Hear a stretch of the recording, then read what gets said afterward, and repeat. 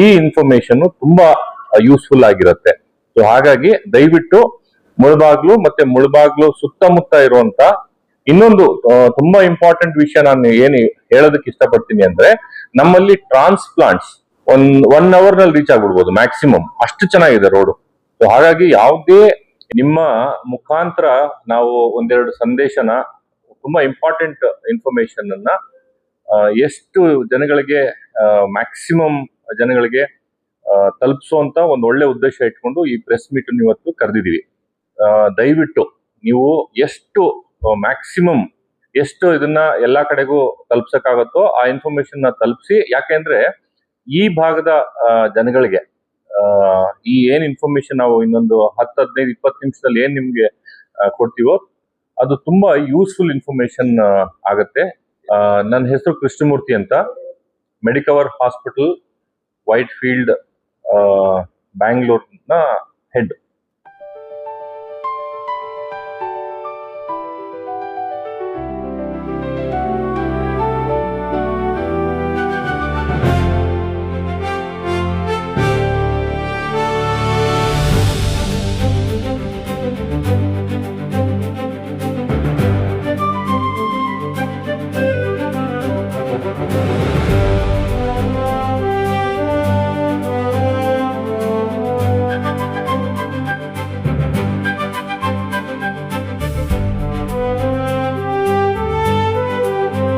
ಮುಳಬಾಗ್ಲು ಮತ್ತೆ ಮುಳಬಾಗ್ಲು ಸುತ್ತಮುತ್ತ ಇರುವಂತ ಜನರಿಗೆ ಈ ಇನ್ಫಾರ್ಮೇಶನ್ ತುಂಬಾ ಯೂಸ್ಫುಲ್ ಆಗಿರುತ್ತೆ. ಸೊ ಹಾಗಾಗಿ ದಯವಿಟ್ಟು ಎಷ್ಟು ಇದನ್ನ ಎಲ್ಲಾ ಕಡೆಗೂ ತಲುಪ್ಸಕ್ಕಾಗುತ್ತೋ ದಯವಿಟ್ಟು ತಲುಪಿಸಿ. ಮೆಡಿಕವರ್ ಹಾಸ್ಪಿಟಲ್ ವೈಟ್ ಫೀಲ್ಡ್, ಇದು ವೈಟ್ ಫೀಲ್ಡ್ ಭಾಗದ ಅತ್ಯಂತ ದೊಡ್ಡ ಆಸ್ಪತ್ರೆ. ನಮ್ಮಲ್ಲಿ 450ಕ್ಕೂ ಹೆಚ್ಚಾಗಿ ಬೆಡ್ಗಳು ಲಭ್ಯ ಇದೆ. ಮತ್ತೆ 100ಕ್ಕೂ ಹೆಚ್ಚಾಗಿ ICU ಬೆಡ್ಗಳು ನಮ್ಮಲ್ಲಿ ಲಭ್ಯ ಇದೆ. ನಮ್ಮಲ್ಲಿ 2 ರೋಬೋಟ್ಸ್ಗಳಿದಾವೆ. ರೋಬೋಟ್ಸ್ ಅಂದ ತಕ್ಷಣ ರೋಬೋಟ್ಗಳು ಸರ್ಜರಿ ಮಾಡ್ತಾವ ಅಂದ್ರೆ ಇಲ್ಲ, ಇದೆಲ್ಲಾನು ರೋಬೋಟ್ ಅಸಿಸ್ಟೆಡ್ ಸರ್ಜರೀಸ್. ನಮ್ಮ ಡಾಕ್ಟರ್ಗಳೇ ಸರ್ಜರಿ ಮಾಡೋದು. ರೋಬೋಟ್ ಇರೋದ್ರಿಂದ ಅದು ತುಂಬಾ ಪ್ರಿಸಿಷನ್ ರಿಸಲ್ಟ್ಸ್ ನ ಕೊಡೋದಕ್ಕೆ ಹೆಲ್ಪ್ ಮಾಡ್ತವೆ. ಅದಲ್ಲದೆ ತುಂಬಾ ಸುಸಜ್ಜಿತವಾದಂತ ಒಂದು ಎಮರ್ಜೆನ್ಸಿ ಡಿಪಾರ್ಟ್ಮೆಂಟ್ ನಮ್ಮ ಹಾಸ್ಪಿಟಲ್ ಇದೆ. ವೈಟ್ ಫೀಲ್ಡ್ ಮಟ್ಟಕ್ಕೆ ಮಾತಾಡೋದಾದ್ರೆ ಅತ್ಯಂತ ದೊಡ್ಡದಾದಂತ ಎಮರ್ಜೆನ್ಸಿ ಡಿಪಾರ್ಟ್ಮೆಂಟ್ ಮೆಡಿಕವರ್ ಹಾಸ್ಪಿಟಲ್ ನಲ್ಲಿದೆ.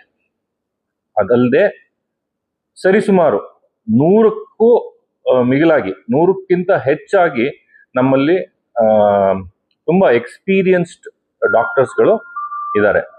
ನೀವು ಯಾವುದೇ ಸ್ಪೆಷಾಲಿಟಿ ಹೇಳ್ಬೋದು, ದೇಹದ ಎಲ್ಲಾ ಭಾಗದ ಸ್ಪೆಷಾಲಿಟೀಸ್ನಲ್ಲೂ ನಮ್ಮಲ್ಲಿ 24/7 ಡಾಕ್ಟರ್ಸು ಲಭ್ಯ ಇದ್ದಾರೆ. ಅಂದ್ರೆ ಸಿಗ್ತಾರೆ ನಿಮ್ಗೆ 24/7 ಸಿಗ್ತಾರೆ. ಸೊ ಈ ಇನ್ಫಾರ್ಮೇಶನ್ ಯಾಕೆ ಈ ಭಾಗದ ಜನಗಳಿಗೆ ತುಂಬಾ ಇಂಪಾರ್ಟೆಂಟ್ ಅಂತಂದ್ರೆ,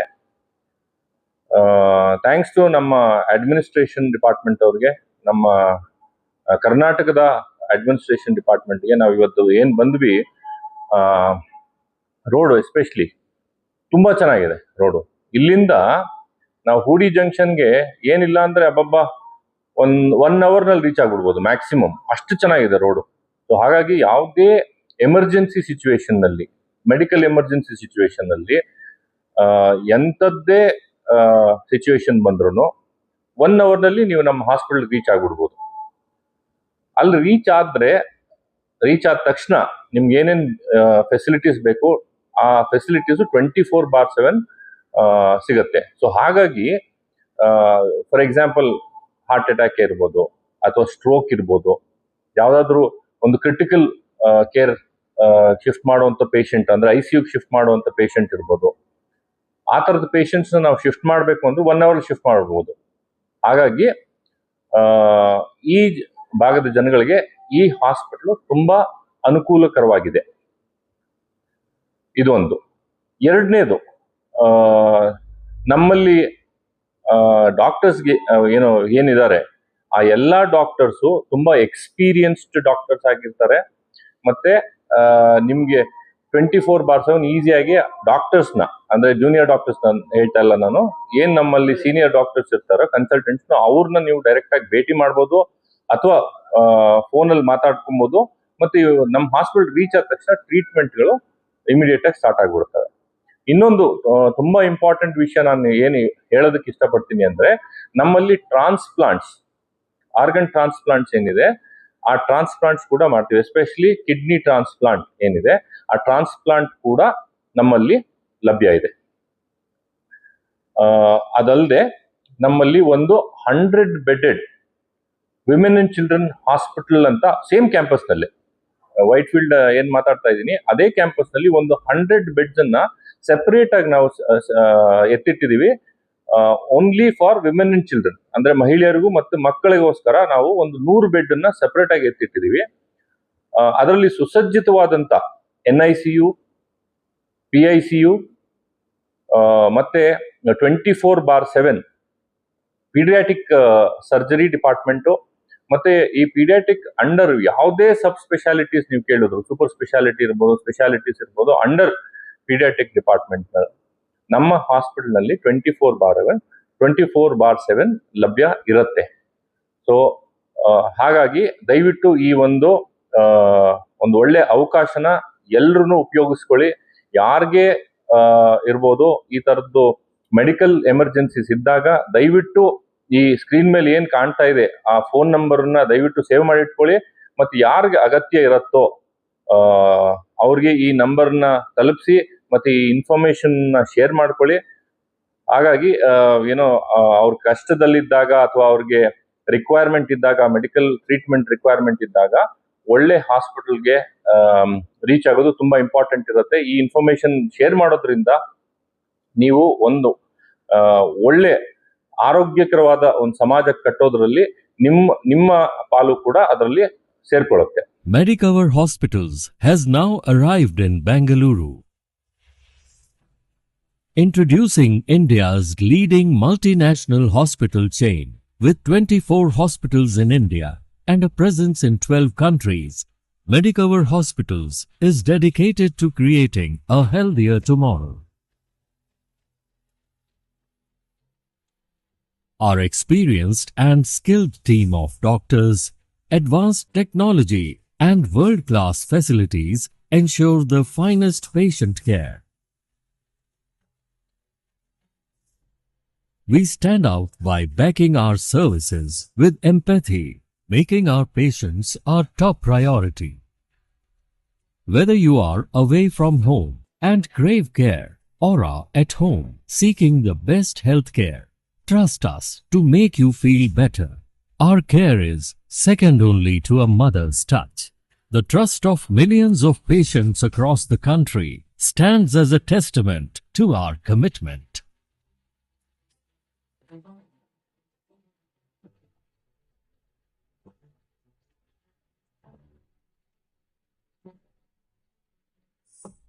Here's to creating a happier and healthier tomorrow. Medicover Hospitals, Bengaluru.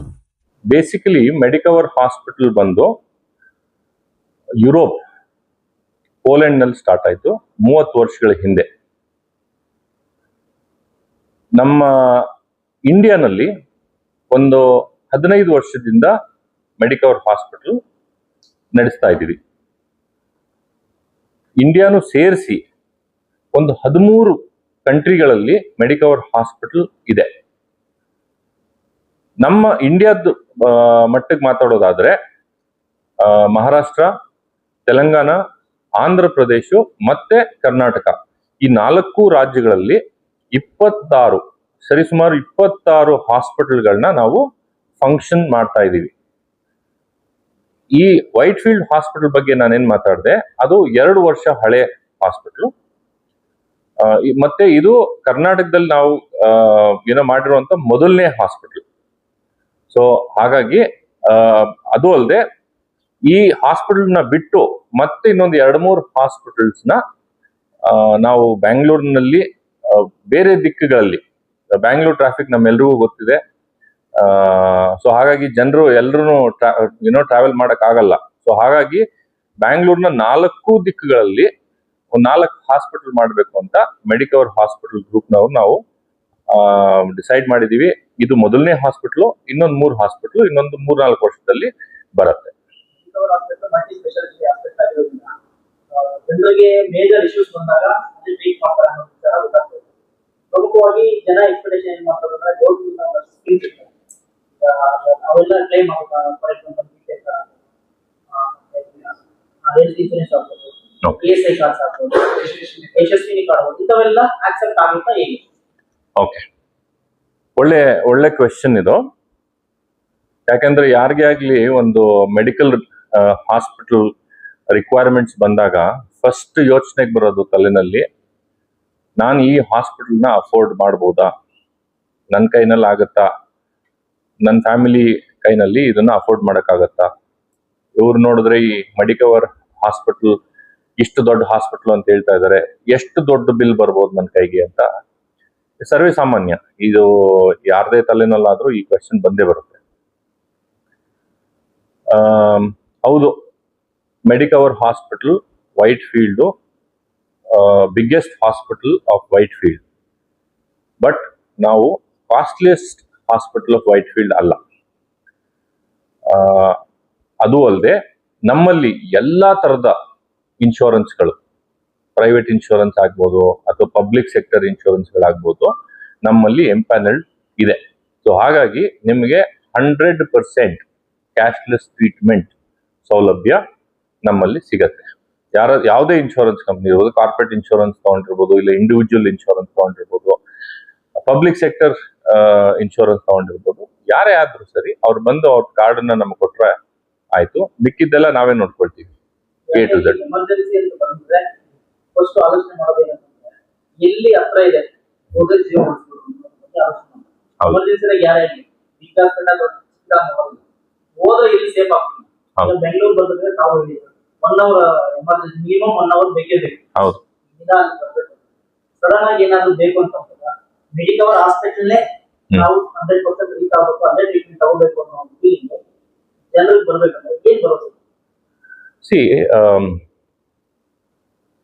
ಯಾವುದೇ ಆ ತರ ಸಿಚುವೇಶನ್, ಮೆಡಿಕಲ್ ಸಿಚುವೇಶನ್ ನಲ್ಲಿ ಫಸ್ಟ್ ನಿಯರ್ ಬೈ ಹಾಸ್ಪಿಟಲ್ ಯಾವ್ದಿದೆ ಅದಕ್ಕೆ ರೀಚ್ ಆಗ್ಬೇಕು. ಯಾಕೆ ಅಂತಂದ್ರೆ ಆ ಪ್ರೈಮರಿ ಟ್ರೀಟ್ಮೆಂಟ್ ಏನಿದೆ, ಯಾವುದೇ ಒಂದು ಪ್ರೈಮರಿ ಹೆಲ್ತ್ ಕೇರ್ ಸೆಂಟರ್ಗೆ ಹೋದ್ರು ಅವರು ಆ ಪ್ರೈಮರಿ ಹೆಲ್ತ್ ಫಸ್ಟ್ ಏಡ್ ಅನ್ನ ಅವ್ರು ಕೊಟ್ಟೆ ಕೊಡ್ತಾರೆ. ಅದು ಕೊಟ್ಟ ಮೇಲೆ ಅವ್ರು ನಿಮ್ಗೆ ಸಲಹೆ ಕೂಡ ಕೊಡ್ತಾರೆ ಯಾವ ಹಾಸ್ಪಿಟಲ್ಗೆ ಹೋಗ್ಬೇಕು, ಅಲ್ಲಿ ಹೋಗೋದ್ರಿಂದ ನಿಮ್ಮ ಅಡ್ವಾಂಟೇಜಸ್ ಏನು ಅಂತ. ಅದು ಅಲ್ಲದೆ ಇವತ್ತು ಟೆಕ್ನಾಲಜಿ ಎಷ್ಟು ಅಡ್ವಾನ್ಸ್ ಆಗಿದೆ ಅಂತಂದ್ರೆ ನಮ್ಮಲ್ಲಿರುವಂತ ಆಂಬ್ಯುಲೆನ್ಸಸ್, ಸುಸಜ್ಜಿತವಾದಂತ ಆಂಬ್ಯುಲೆನ್ಸ್ಗಳು ಯಾವುದೇ ICUಗೂ ಕೂಡ ಕಡಿಮೆ ಇಲ್ಲ. ಪೇಷಂಟ್ ಅನ್ನ ಆಂಬ್ಯುಲೆನ್ಸ್ ಶಿಫ್ಟ್ ಮಾಡ್ಕೊಂಡ ತಕ್ಷಣನೇ ಟ್ರೀಟ್ಮೆಂಟ್ ಸ್ಟಾರ್ಟ್ ಆಗುವಂತ ಸಿಚುವೇಶನ್ ಇವತ್ತು ಕ್ರಿಯೇಟ್ ಆಗಿದೆ ಈ ಟೆಕ್ನಾಲಜಿಯಿಂದ. ಸೊ ಹಾಗಾಗಿ ನಿಯರ್ ಬೈ ಹಾಸ್ಪಿಟಲ್ ಹೋಗಿ ಫಸ್ಟ್ ಏಡ್ ಏನಿದೆ ತಗೊಳ್ಳಿ, ಅವರು ಏನು ನಿಮ್ಗೆ ಸಜೆಷನ್ಸ್ ಕೊಡ್ತಾರೋ ಅದನ್ನ ನೀವು ತಗೊಳ್ಳಿ. ಪ್ಲಸ್ ಇಮಿಡಿಯೇಟ್ ಆಗಿ ಸುಸಜ್ಜಿತವಾದಂತ ಆಂಬ್ಯುಲೆನ್ಸ್ಗೆ ನೀವು ಪೇಷಂಟ್ ಅನ್ನ ಶಿಫ್ಟ್ ಮಾಡಿಕೊಂಡು, ಮತ್ತೆ ರೋಡ್ಸ್ ನಾನು ಆಗ್ಲೇ ಹೇಳಿದೆ, ರೋಡ್ಸ್ ತುಂಬಾ ಚೆನ್ನಾಗಿದ್ದಾವೆ. ಒಂದು 45 ಮಿನಿಟ್ಸ್ 1 ಅವರ್ ಅಲ್ಲಿ ನೀವು ನಮ್ಮ ಹಾಸ್ಪಿಟಲ್ಗೆ ರೀಚ್ ಆಗ್ಬೋದು. ರೀಚ್ ಆದ್ರೆ ಇಮಿಡಿಯೇಟ್ ರೀಚ್ ಆಗೋದೇನು, ಆಂಬ್ಯುಲೆನ್ಸ್ಗೆ ಪೇಷಂಟ್ ಶಿಫ್ಟ್ ಆದ ತಕ್ಷಣನೇ ಅಲ್ಲಿಂದನೇ ಟ್ರೀಟ್ಮೆಂಟ್ ಸ್ಟಾರ್ಟ್ ಆಗ್ಬಿಡುತ್ತೆ.